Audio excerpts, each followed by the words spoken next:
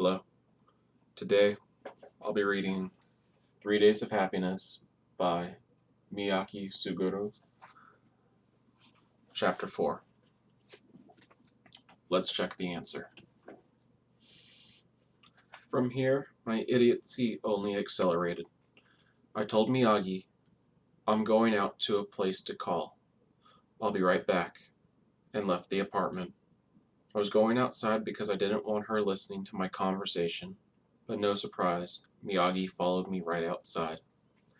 It had been ages since I called anyone. On the screen was the name Wakana. I stared at it for a long time. In the trees behind my apartment building, the summer insects were buzzing and chirping away. Apparently, I was feeling nervous about hitting that last button. Thinking back on it, ever since I was a child, I had almost never invited someone else to hang out or reached out to make conversation. I'd lost many opportunities that way, but I'd also escaped just as many troubles and hassles. I didn't feel anything about it, regret or satisfaction. I stopped thinking about it. In the few brief seconds of emptiness that followed, I pressed the call button on the phone. Once she actually picked up, I could handle it. I knew well enough what to talk about. The sound of the ringtone ratcheted up my nerves. 1, 2, 3 times. Only at this point did I consider the possibility that the person on the other end might not answer. I had gone so long without using my phone to make calls that a part of me just assumed that if you placed the call, the other person would obviously pick up, no matter the time or place. 4, 5, 6 times. Apparently, Wakana wasn't in a position to answer the phone. A part of me felt relief. Once the ringtone sounded for the 8th time, I gave up and pressed the button again to end it. Wakana was a girl from college from the year below me. I was going to ask her out for a meal, and if things somehow went well, I was going to ask her to hang out with me the entire time until my shortened life came to its end. The loneliness suddenly surged up from within me. Now that the end of my life was clear and imminent, the first noticeable change in me was a new alien desire to be around people. I just wanted to talk with someone badly. Wakana was the only person at college who showed any interest in me. We met at the same used bookstore this spring, when she had just started school. She was utterly absorbed in a dusty, tattered old book, and I sent her a look that said, "Move it, you're in my way." Somehow she interpreted that as, "That guy's totally staring at me. I don't recognize him, but do I know him from somewhere?" It was the kind of mistake new students tended to make. Have we met before?" she asked me timidly. "No," I said, "we haven't." "Oh, I'm sorry," Lakana said, realizing her mistake. She looked away awkwardly, but she recovered promptly and grinned, "And I suppose this used bookstore is where we met." Now it was my turn to be taken aback. "I guess so." "Yep, it's wonderful," she said, and she put the book back on the shelf. A few days later, we were reunited on the school campus. Since then, we'd shared lunch on a few occasions and talked at length about books and music, even blowing off our classes to do so. "You're the first person my age I've met who reads more books than me," Wakana said, her eyes sparkling. "I'm just reading them. I don't get anything out of it," I replied. "I don't have that part of my brain that's supposed to keep anything of value from them. I'm just pouring out soup from a huge pot into a tiny dish. As soon as it hits the dish, it's spilling over, and the whole point is gone." "Is that how you describe it?" Wakana asked curiously. "It might not be helping you consciously, but even after you forget, I think everything you've ever read is still somewhere there in your brain, finding a way to help you in ways that you don't realize."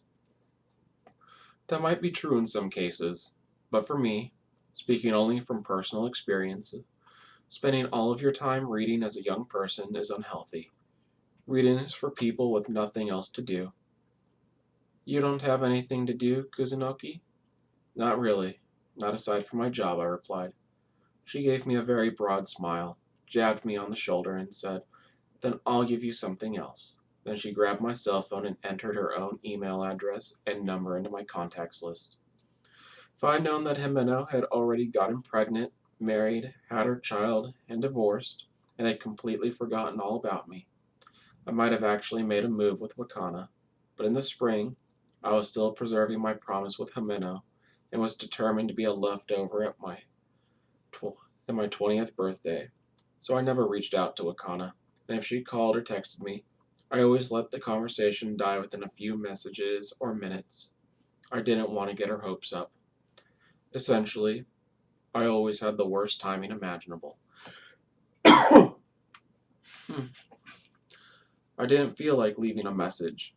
Instead, I sent Wakana a text of what I was going to say over the phone. Sorry this is coming out of the blue, but do you want to go somewhere tomorrow? I put together the message very carefully, not to be too blunt, but not to destroy the image she had of me either. Her reply came back at once. I won't lie, it was a relief. There was still someone out there who cared enough about me to write back. Unusually for me, I felt like responding immediately, but when I opened the message, I realized mistake. The reply was not from Wakana. If that were at all, it wouldn't have been so bad. But the sentence I saw on the screen of my phone said instead that the address was currently inactive. Wakana had changed her email address and not informed me. She had decided there was no need to maintain a line of communication with me. Of course, it could have just been a mistake on her part.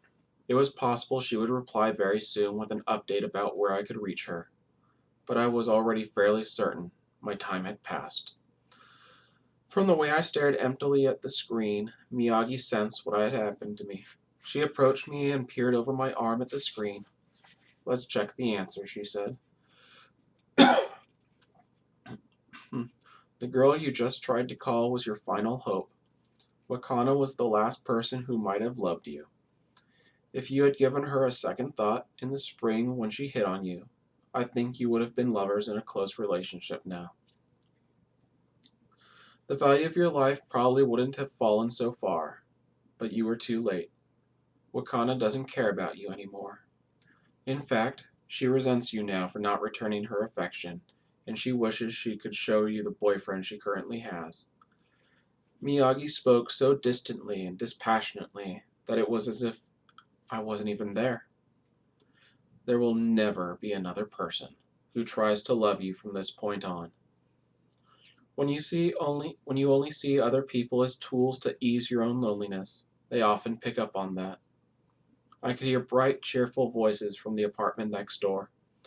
It sounded like a number of college students, male and female. The light from the window looked far brighter than what was coming from my window, adjacent to it. The old me would not have bothered to form an opinion about this, but right now it stabbed me to the core. At the worst possible moment, the phone rang. It was Wakana, calling back. I was going to ignore it at first, but I didn't want her to try again later, so I answered. You called me a moment ago, Kuzunoki. What's the matter? She asked. I'm sure she was speaking the same way she always had, but after what Miyagi had just said, it sounded critical. Silently asking, why are you bothering to contact me after all this time? Sorry about that. It was a mistake, I said, trying to keep my voice light. Oh, of course, I'm not surprised. You're not the kind of person who calls other people, she chuckled. That, too, seemed tinged with mockery to me, as in, that's exactly why I stopped bothering with you. Yeah, that's true, I said, thanked her for calling back to check, and hung up. The room next door seemed even louder and brighter. I didn't want to go back inside, so I lit up a cigarette right there. After smoking two of them, I headed for the nearby supermarket. Took my time circling through it, and picked up a six-pack of beer, some fried chicken, and instant noodle cups. For the first time, I dipped into the 300,000 yen I got for selling my lifespan. Given the occasion, I wanted to splurge on something, but I didn't even know what would count as splurging.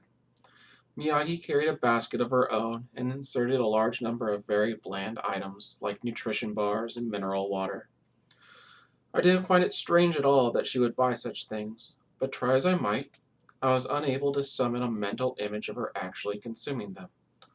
She was so lacking in humanity that the most primitive of human acts, eating food, didn't match my image of her. Inside my head, I told myself people might mistake us for a couple that lived together. It was a very stupid, but pleasing fantasy. I even hoped that some of the people who passed us might share that illusion about us. To be very frank, I found the presence of this girl named Miyagi obnoxious at all times. But for many years, I'd held a secret attraction to the idea of going out in casual clothes with a girl I lived with to buy food and alcohol. I sighed with envy whenever I saw others doing this, so even if she was only there to monitor me, the late night shopping run with the girl was enjoyable. That happiness was empty, but I couldn't deny I felt it. Miyagi went to the self checkout register and paid first. We returned to the apartment carrying bags of food. The clamor of the gathering next door was still ongoing, and I could hear constant footsteps through the wall. In all honesty, I was jealous of them. I'd never felt like this before. I usually looked at people obviously entertaining themselves and thought only, what exactly makes that fun anyway?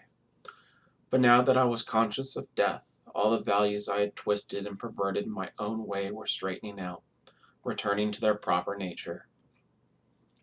I began to desire companionship as anyone else would. At a time like this, most people might seek the solace of family, I thought. Whatever your circumstances may be, family would always be on your side, so you should go back to them in the end. At least that was a line I was thinking I was familiar with. But family isn't a warm embrace for everyone. I was determined not to contact my family during my final 3 months of life, no matter what. I had very little time left, and I was absolutely certain I did not want to go out of my way to make that time more unpleasant.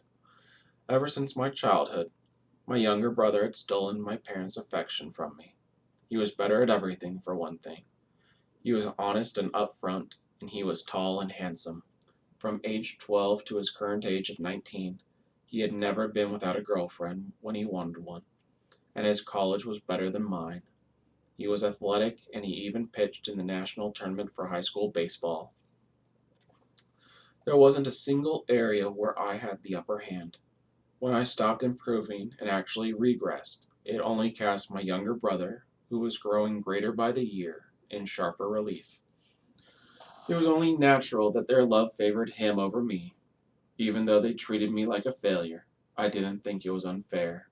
In fact, it was true that in comparison, I was a failure. If we had been given equal amounts of love, that would be unfair. I would have done the same thing as my parents in their position. What's wrong with loving the one who deserves it more and investing in the one who will actually offer a return? There was almost zero chance that going back home would allow me to live in the warmth and comfort of my family's unconditional love, or whatever you wanted to call it. I had better odds of knocking on my neighbor's door and being accepted into their party. While I heated up the water, I drank a beer and gnawed on the fried chicken. By the time my instant ramen was ready, I was already good and tipsy. Alcohol was a universal panacea at times like this, as long as you drank the right amount. I approached Miyagi, who was writing in her notebook in the corner, and asked, "Want to drink with me?" I didn't care who it was. I just wanted someone to knock it back alongside me. "No, thank you. I'm working," she said, without looking up from her notebook. "I've been wondering, what are you writing?"